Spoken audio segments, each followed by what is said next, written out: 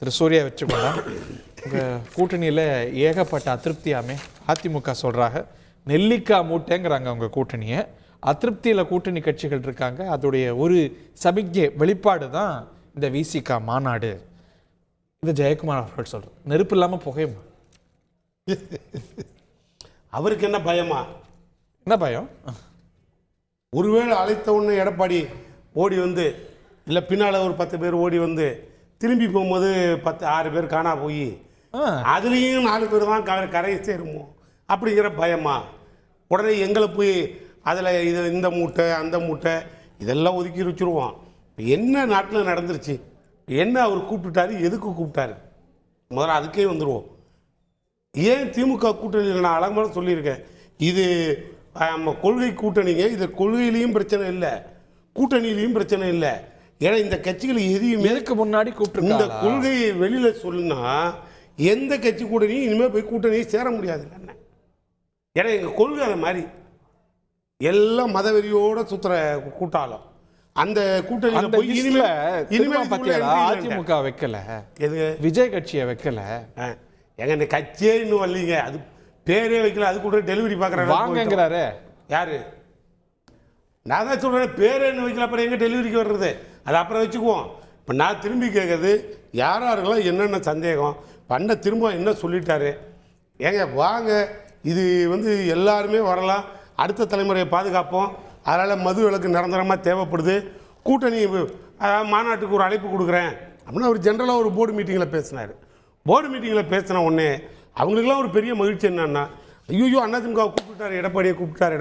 ஏன்னா இது என்ன தெரியும், எடப்பாடி யாரும் கூப்பிட்றதே இல்லை, எதுக்குமே கூப்பிட்றது இல்லை. ஐயோ எடப்பாடியை கூப்பிட்டாரு. சரி, அவர் எதுக்கு கூப்பிட்டாரு? காரணத்தோடு தான் கூப்பிட்டுருக்காரு. என்ன காரணம்? இப்போ கொரோனா காலத்திலேயே டோக்கன் கொடுத்து குடிக்க வச்ச ஒரு நபர் எடப்பாடி. அதனால் பாவ மன்னிப்பு கொடுக்கறதுக்கு வழி கேட்குறதுக்கு பாதை இருக்குது. அதனால் பிஜேபியோட சேர்ந்த பாவத்துக்கு கட்சியை காணாம், கொடியை காணாம், சின்னத்தை காணாம், எல்லாத்தையும் காணான்னு இப்போ தான் தேடி அவர் கண்டுபிடிச்சி அசம்பிள் ஆகியிருக்காரு. அது ஓப்பன் ஸ்டேட்மெண்ட்லேயே சொன்னார். தெரிஞ்சோ தெரியாமலோ என்னையை காப்பாற்றிக்க, என் கட்சியை காப்பாற்றிக்க, சொத்தை காப்பாற்றிக்க தெரியாமல் போய் பிஜேபியோட சேர்ந்துட்டேன்.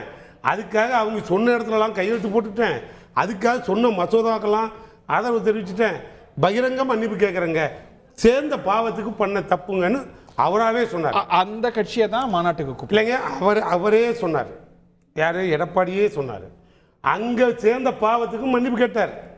இப்போ கொரோனா காலத்தில் கோட்டர்பாட்டில் டோக்கன் வாங்கி கொடுத்த ஒரு நபர் எடப்பாடி. அதனால் இப்போ திரும்ப காரணத்தோட அண்ணன் கூப்பிட்டுருக்கு. அந்த பாவ மன்னிப்பு கேட்ட மாதிரி இப்போ கொஞ்சம் பாவ மன்னிப்பு கேட்டு பாருங்கன்னு கூப்பிட்டுருக்கலாம். மணிகண்டன் வணக்கம். திரு பொங்கலூர் மணிகண்டன் வணக்கம். சொல்லுங்க சார். அரசியல் இல்லை, கூட்டணி கணக்கு இல்லை அப்படின்னு திருமாவளவன் சொல்லியிருக்கிறாரு. திரு வெற்றிகொண்டான் திரு சூர்யா சொன்ன கருத்துக்கள்லாம் கேட்டிருப்பீங்க. இதில் உடனே அந்த கூட்டணி நெல்லுக்கா மூட்டை, அந்த கூட்டணியில் அதிருப்தி ரொம்ப ஜாஸ்தியாக யோசிக்கிறீங்களோ? இல்லைங்க, விடுதலை சிறுத்தை கட்சியோட மிகப்பெரிய இயக்கம், அதை யாராலும் மறுக்கவோ ஒதுக்கவோ முடியாது. அந்த இயக்கம் ஒரு நல்ல நோக்கத்திற்காக ஒரு நல்ல முயற்சியில ஈடுபடுகிறது. இப்போ கடந்த 3 ஆண்டுகளில் தமிழ்நாட்டில் நடைபெறுகிற ஒரு விஷயத்தையும் பாருங்க. சட்டம் மிக மோசமா இருக்கு. கள்ளச்சாலையும் பருகிட்டு இருக்கிறது. அதே மாதிரி கொள்ளை என்று ஒவ்வொரு நாளும் நடந்து கொண்டிருக்கிறது. இதை எதிர்கட்சி தலைவர் ஒவ்வொரு நாளும் அறிக்கையின் வாயிலாக, போராட்டத்தின் வாயிலாக சுட்டிக்காட்டியே வந்த போதும் கூட ஆளுநர் அரசுக்கு எந்த அதை தடுக்க நோக்கமே எல்லாம் போச்சுங்க. முழுக்க நாடக அரசாகவே அது ஒவ்வொரு நாளும் செயல்பட்டு வந்த மக்கள் வேடிக்கை பார்த்துட்டே வர்றாங்க. இப்ப நீங்க ஒரு விஷயம் பாருங்க, நான் காவல்துறை அதிகாரிகளை தவறா சொல்லவே மாட்டேன். ஆளுங்கட்சியினுடைய தலையீடு நிர்வாகத்தை சரியாக மேற்கொள்ள முடியாத நிலை, இதுதான் மொத்த தமிழ்நாட்டுடைய பாதிப்புக்கு காரணம். இப்போ விசிகாவுடைய நோக்கம் என்ன? விசிகா இன்றைக்கு மட்டும் இல்ல, காலமாக அந்த கட்சி தொடங்கிய நாள் இருந்து அவன் திருமாவளவர்கள் தமிழ்நாட்டு மக்களுடைய வாழ்வாதார பிரச்சனைக்காக குரல் கொடுத்தே வருகின்றார். ஒரு விஷயத்துல ஒரு மாநாடு நடத்துறாரு. இதுல எப்படி ஒரு அரசியல் கணக்கு திரு ஜெயக்குமாரும் அதிமுகவும் பாக்குறாங்க? நெல்லிக்கா மூட்டை, கூட்டணியில பிரச்சனை, அழுத்தத்தோட வெளிப்பாடு, எப்படி ஒரு அரசியல் கணக்கு பாக்குறீங்க சார்? தேர்தலுக்கு காலம் இருக்கு. விடுதலை சிறுத்தைகள் எடுக்கிற நல்ல முயற்சியை எல்லோரும் ஆதரிக்க வேண்டும், அது தவறே கிடையாது. இப்ப நானே மாநாட்டில் பங்கேற்று பேச ஆசைப்படுறேன். இது நல்ல நோக்கத்துக்கு நிலைப்பாட பேசுறதா? அதுக்காக வந்து அதுக்கு இல்ல உள்நோக்கம் அல்ல. அப்படிதான் திருமாவளவன் VC கூப்பிடுறாரு, புரிஞ்சுக்கிறேன். என்னுடைய கேள்வி இங்க இந்த கூட்டணியில அதிருப்தின்னு எப்படி அதிமுக படிக்குதுன்னு கேக்குறேன். சார், கூட்டணி அதிருப்தி, ஆனால் திருமாவளவர்கள் வெளியேறுவார், அதிமுக அடைவாங்க என்றெல்லாம் யாரும் பேசவில்லை, கேட்கவில்லை. திரு ஜெயக்குமார் சொல்றார் நெல்லிக்காய் மூட்டை மாதிரி இந்த கூட்டணி, அதோடைய வெளிப்பாடு எல்லாம் செதறி போயிடும். சரி சார், நீங்க சொல்லுங்க. அண்ணன் விடுதலை சிறுத்தைகள் தலைவர் திருமாவளவர்கள் நடத்துகிற இந்த மாநாடு யாருக்கு எதிரான மாநாடு? யாருடைய கோரிக்கை வச்சு மாநாடுங்க? ஆளுநர் அரசு யாருக்கு? திமுக. அப்ப அவர்கள் நிறைவேற்றவில்லை என்றுதான் சொல்கின்றார். வெறுமனே மதுபானத்தை மட்டும் சொல்றீங்க. அவர் குறிப்பிட்ட அந்த பேரில் பார்த்துருக்கீங்க, பேரை பெருக்கடையும் சொல்றார். நீங்க இலவசம் கூட வேண்டாம், மதுக்கடையிலே மூழ்கல். இன்னும் சொல்ல போனா களப்பணியில களத்துக்கு நேராக சென்று தாய்மாருடைய குரலை கண்ணீர் தொடை அவர் வந்து உற்று நோக்கி கேட்டு அடிப்படையில வேற என்ன சொல்றார். அப்போ இவரை தவிர யாரு பேசுறாங்க பாருங்க. திமுக ஒரு 100 தொகுதியில விடுதலை பேச்சு இல்லை என்று சொன்னால் திமுகவால் வெற்றி பெற முடியுமா? வெற்றி பெற்றிருக்க முடியுமா? அப்படிப்பட்ட ஒரு கட்சிக்கு இன்றைக்கு எல்லாரும் ஏன் ஆதரிக்கிறாங்க? அந்த கட்சி நோக்கம் நல்ல நோக்கம் அல்ல. அந்த நோக்கத்தை ஆதரிக்கிற போது உடனடியாக கூட்டணி ஆட்சியாளர் நோக்கம் நல்ல நோக்கம். இந்த மாநாடுடைய நோக்கமே திமுக எதிர்ப்பது. திமுக யாரை எதிர்த்து இந்த மாநாடுன்னு கேட்கிறேன். அவர் அதில் கூட ஒன்று சொல்லியிருக்காருங்க. இது தேசிய அளவில் ஒரு கொள்கையாக கொண்டு வரணும்னு சொல்லி அதை கூட அறிக்கை தேசிய மது கொள்கை பற்றி தேசிய மது கொள்கையாக கொண்டு வரணும்னு சொல்லியிருக்காரு. அது யாரை எதிர்த்து இப்போ திரும்பி கேள்வி கேட்டோம்னா தமிழ்நாட்டில் உட்காந்துட்டு மத்திய அரசை எதிர்த்து. இப்போ நாங்கள் என்ன திமுக என்ன இது வரைக்கும் ஸ்டாண்டில் சொல்லியிருக்கோம். இன்னைக்கு எங்கள் அமைச்சர் பேசுனதை நீங்கள் யாருமே கேட்கலையா? இல்லை இவர் எதுவும் மைக்கு போட்டு கேட்கலையா? சார் பேசுறது பிரச்சனை இல்லை சார், என்ன செஞ்சீங்கிறது பிரச்சனை. நாங்கள் தான் திரும்பி ஓப்பனாக சொல்கிறோம். மூடி இந்த கடையை திறந்த ஆள் யார்? கொரோனா நேரத்தில் 8 மாதம் கழிச்சு அது எடப்பாடி. அதுக்கு அன்னைக்கு இதே எதிர்கட்சி தலைவர் என்ன செஞ்சீங்க? இன்னைக்கு இருக்கிற முதல்வர் அன்னைக்கு போய் வீட்டு வாசல்ல நின்று திறக்கக்கூடாதுன்னு நின்னாரு. ஆனால் இன்னைக்கு அந்த ஸ்டாண்டு எடுக்க முடியாது. காரணம் என்னன்னா பொறுமையாக தான் எடுக்க முடியும், மறுவாழ் மையம் கொண்டு வர முடியும். அதை பழக்கி விட்டது நீங்க, அது காரணமான ஆளெல்லாம் நீங்க. இது எல்லாத்துக்கும் நீங்க. இப்ப போதைப் பொருள் இந்தியாவுக்குள்ள இருந்து தமிழ்நாட்டுக்குள்ள போதைப் பொருள் வருதுன்னா இது யாரை போய் நான் விளக்கம் கேட்க முடியும்? இந்த பக்கத்தில் இருக்கிற அண்ணன் கம்பெனி தான் காரணம். அவரை இல்லைன்னு சொல்ல முடியுமா? அவர் தானே தடுக்கணும். மணிகண்டன் இருங்க வரேன். இந்த போதைப் பொருள் தமிழ்நாட்டுக்கு இறங்குறதுக்கு காரணம் எங்க அண்ணன் கம்பெனி தான் காரணம்னு சொன்னேன். அவர் அதை மறுக்க முடியாது. ஏன்னா அவர் தான் தடுக்கணும். தடுக்கிற இடத்துல அவர் இருக்கணும்.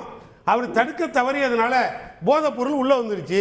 நாங்கள் 10 போலீஸை வச்சு தேடி பிடிச்சிக்கிட்டு இருக்கோம்.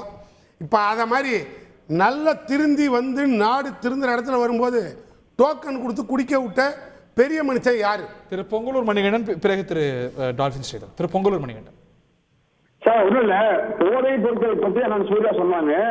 இந்த போதைப் பொருட்கள் தமிழ்நாட்டுக்குள்ள எப்படி வருது? ஏன் தடுக்க முடியல?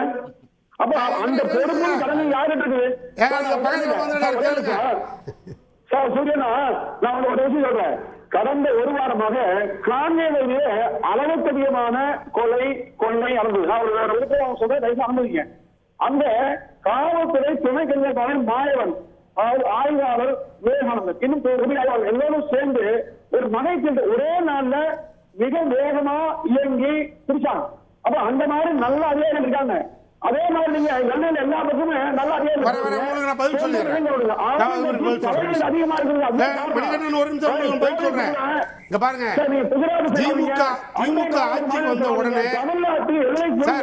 திமுக ஆட்சிக்கு வந்த உடனே ஆட்சிக்கு திமுக வந்துருச்சு. அதனால இந்த நாட்டில் எதுவும் நடக்காது, எல்லாரும் போலீஸ் எல்லாம் கழிச்சிருங்க, கோர்ட் எல்லாம் கழிச்சிட்டு போங்க, நாங்க எழுதி கொடுத்தோமா? என்ன சரி பேச்சு? நீங்க அதிமுகவில் ஆண்ட இயக்கம் அது உங்களுக்கு தெரியாது. அப்பா பிள்ளைய ஜெயில வச்சு ஆபரேட் பண்றது. நாங்க இப்ப அதெல்லாமா கேட்கிறோம். நான் கேட்கறது ஒண்ணு. இப்ப பாருங்க, போலீஸ் ஸ்டேஷன்ல நிர்வாகம், ஒரு மாவட்ட காவல் அதிகாரி அவர் வேலையை சரியா செய்யலன்னு சொன்னா நாங்களும் அவரை எதிர்த்து தான் போராடுவோம். அதே நேரம் முதல்வர் அதுக்குரிய நடவடிக்கை எடுக்கிறார். இவ்வளவுதான். உடனே போலீஸ் திமுக போலீஸா? இல்ல எல்லா போலீஸும் திமுக சேர்ப்பு உறுப்பினரா? எடப்பாடி போலீஸா? மூளை முடுக்கலாம் ஒவ்வொரு பள்ளியோடும் கல்லூரியோடும் கஞ்சா விற்பனையை அதிகமாக்கியதுக்கு யார் பொறுப்பு? நீங்க விக்கிறத நிறுத்துங்க சார். கொஞ்சம் பொறுப்பா போய் விக்கிறவன புடிங்க சார். மணிகண்டன் பாருங்க, அதெல்லாம் இன்னைக்கு நேற்று வரல. அது எங்கெங்கெல்லாம் விக்குதுங்கிறத மக்கள் ஒத்துழைப்பு கொடுத்து அந்த பகுதியில இங்க பாருங்க, ஸ்ட்ரீட் விழா நடத்துறது முக்கியம் இல்லை இந்த நாட்டுல. தெருவுல எவங்கெல்லாம் தப்பு பண்றானோ அவனை காட்டி கொடுக்கறது முக்கியம். செய்திகளை உடனுக்குடன் தெரிந்து கொள்ள உடனே சப்ஸ்கிரைப் பண்ணுங்க.